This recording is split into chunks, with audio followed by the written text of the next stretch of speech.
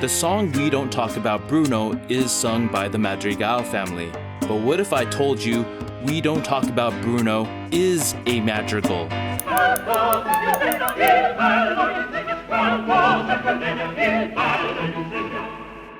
Welcome to Howard Home Music, and if you're new to the channel, we do talk about musical theater and music theory behind some of your favorite shows and songs, which right now means basically anything Lin-Manuel Miranda is behind. So naturally, our latest obsession is Disney's Encanto, which features Lin's signature musical and storytelling sophistication. We have to discuss everything that makes this song so amazing. First of all, yes, it's a song sung by the Madrigal family, but in a way, it's also a type of modern madrigal. So what is a madrigal? Well, it's a type of choral piece that had its heyday in the Renaissance. It was known for being polyphonic, meaning many sounds, or in this case, many voices. Each voice is singing a slightly different melody, creating a sense of a tapestry where every voice is like a thread that weaves into a larger whole. And the epic ending of the song We Don't Talk About Bruno combines all the melodies we previously heard in the song into a glorious Madrigal family madrigal. To be clear, they're not exactly singing a madrigal, which is usually sung a cappella and is through composed, meaning there are no repeated sections, but the idea that they are singing a madrigal is useful in giving us some insight into the story, which we will get to in due time. In writing this song, Lin says he was inspired by A Weekend in the Country from Sondheim's A Little Night Music,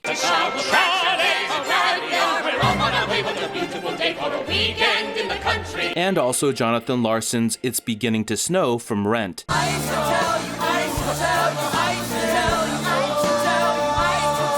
But this type of overlapping melody tapestry is one of the greatest things about musical theater. Fighting now. Do not interrupt me. To end this life of Let me finish what I need to say. Going back to opera. With music, you can have 20 individuals all talking at the same time, and it's not noise, it's a perfect harmony. The basic technique is to compose different melodies that can fit all over the same chord progression. In this case, it's this repeated bass line, which is syncopated in this montuno rhythm, a traditional Cuban rhythm that was a precursor to salsa. Syncopated means the notes are happening between the beats, giving it this real danceable energy, emphasizing the and of each beat. 1, 2, and 3, and 4, and 5, and 6, and 7, and 8, and 1.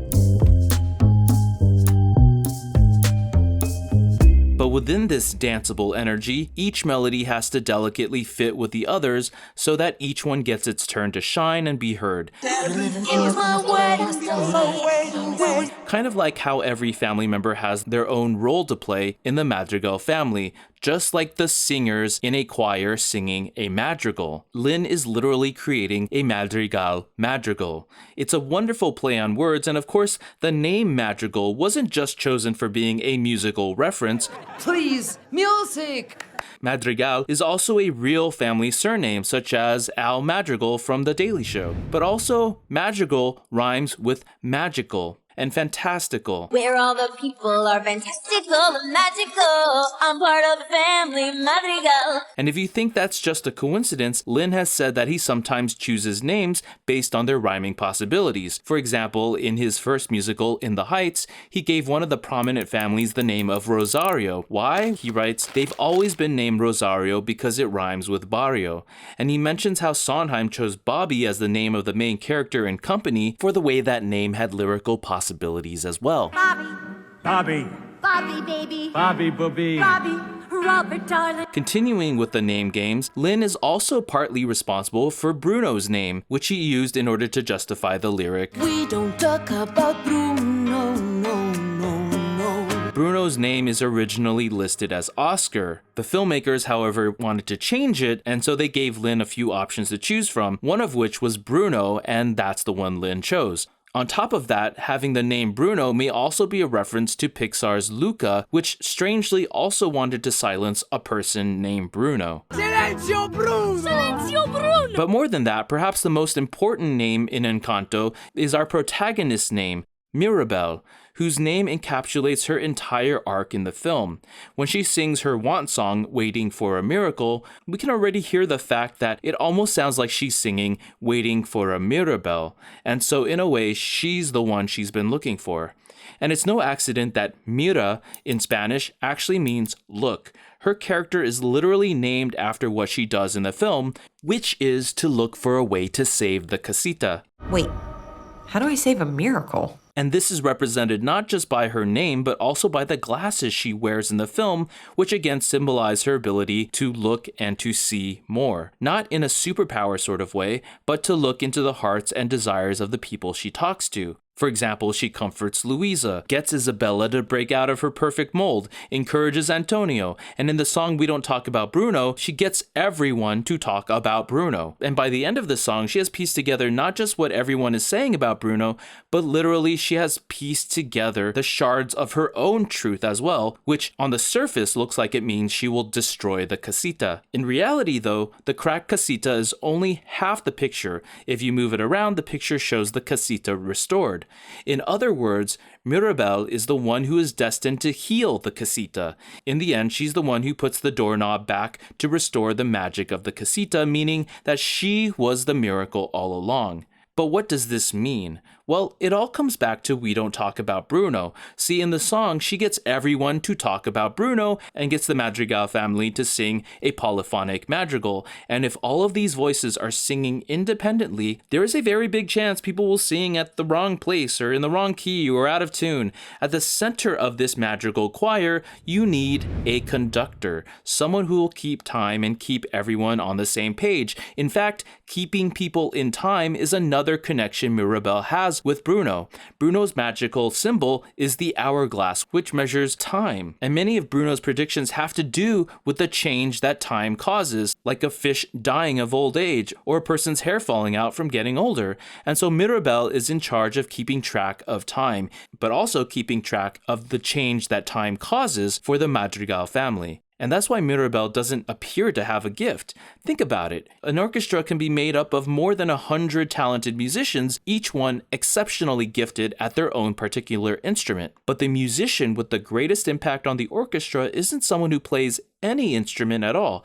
It's the person who conducts, who keeps time, who is completely silent and yet is completely vital to the way all the gifted players come together to play in harmony. That's why Mirabel and Bruno are connected through their green color motifs. Bruno with his green clothes and eyes that turn green, and Mirabel with her green glasses, because green is traditionally a symbol of change, growth, new beginnings, and yes, harmony. That's why Abuela also has no powers. She was the conductor before, but now needs to pass the baton, because someone will be needed to take over the conducting position for Abuela, and the casita chose Mirabel. It's no mistake that both Abuela and Mirabel seem to have a very strong relationship with the casita. Mirabel even seems to understand the casita. Oh, I have no idea. Just like how Antonio understands animals. I understand you. Abuela and Mirabel may be at odds in the story, but in reality, they are two sides of the same coin. Neither is the villain of the story. In fact, the true villain is implied by the song We Don't Talk About Bruno. No, the villain is not Bruno, even though everyone has a problem with him. The true villain is revealed when you look between the lines at what the song is saying. The townspeople complain that Bruno told them something bad would happen. He told me my fish would die the next day. Dead. Fun fact, the melody of this fish lady is similar to the Dies Irae, which was an important melody in Frozen 2. The Dies Irae. And it's no surprise that the Dies Irae, or Day of Wrath in Latin, was originally a song about death, so it makes sense to reference it here. It's not exactly the same melody, but it's the same shape, and so I couldn't let it go. Let it go! That's what I'm always saying. But no, Bruno didn't bring about these changes. He just talked honestly about them. Bruno was merely the messenger. And because Abuela was averse to any imperfection in her perfect image of the Madrigal family, she rejected not just the idea of change, but also its messenger. It's sort of like how joy doesn't let sadness do her thing because it's not ideal, even though yes, sadness is a normal, healthy part of life too. So the actual villain here is not a person, but the idea that people resist change and want things to stay the same. After all, if Mirabel's want song is about wanting change,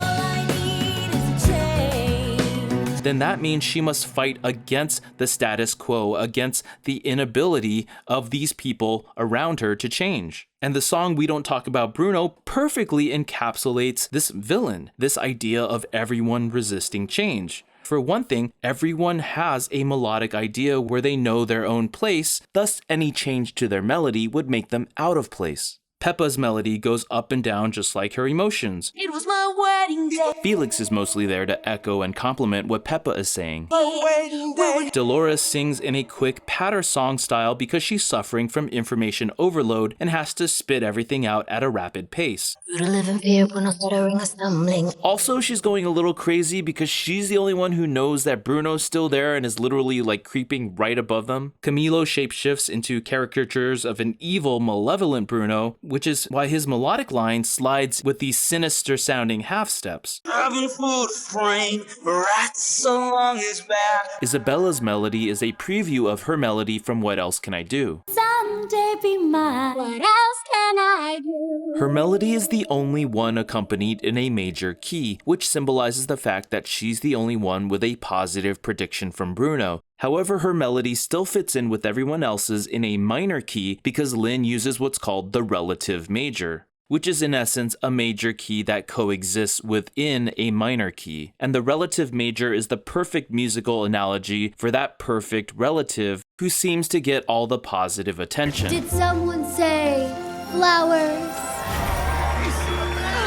But aside from the thematic brilliance of We Don't Talk About Bruno, the song also has a practical purpose that allowed Lin to have all of these characters sing without having to give each of them their own song. You might notice that Louisa is not really part of this song, but again, she was already featured in the song Surface Pressure, so that's probably why she doesn't get a special verse here. Still, there's a lot of melodies to keep track of, but of course all these lines converge and sing together when they get together on the chorus on the words which is on the chords A flat major and G major. And even though they claim to be not talking about Bruno, the chord they use to sing Bruno's name specifically is G major, which is the most important chord in the entire song. It's so important that the melody of Bruno's name is actually a G7 chord being outlined.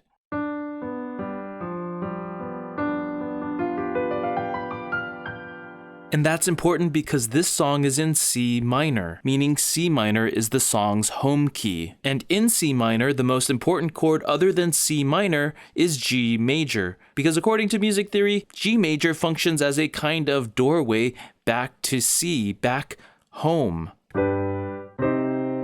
Remember, Bruno's name is sung using the notes of this G major chord, which means if you don't talk about Bruno, you are blocking the doorway. You are cutting yourself off from the way home and disrupting the flow of magic. And perhaps this musical importance that Bruno has might be a foreshadowing of the ending of the entire story, because Mirabel is the conductor of the Madrigals. She literally cannot conduct a complete orchestra without all of its instruments. Notably, as the conductor, Mirabel has on her dress embroidered symbols for every magical Madrigal family member: a rain cloud for Peppa, flower petals for Isabella, the toucan and the jaguar who are Antonio's friends, the candle for Abuela, a chameleon for shape-shifting Camilo, weightlifting for Luisa, a basket of delicious goodies for Julieta, musical notes for Dolores, and even butterflies for Abuelo Pedro. The magical Madrigals are all represented here, except for Bruno. And so as long as the family shuns Bruno and erases him from their lives, the orchestra remains incomplete, thus disrupting the flow of the magic. Mirabel has to gather all the players in order to have them all play their parts and restore the harmony that once existed at the casita.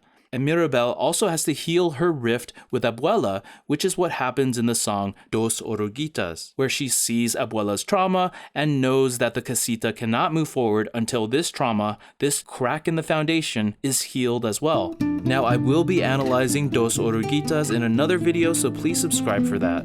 Thanks for watching the video. I also want to thank my patrons on Patreon, especially my newest patrons, Mark Silpa, Gianfranco Ciccioni, Angela Lee, and LR. Don't forget to subscribe, and I'll see you in the next video. Peace.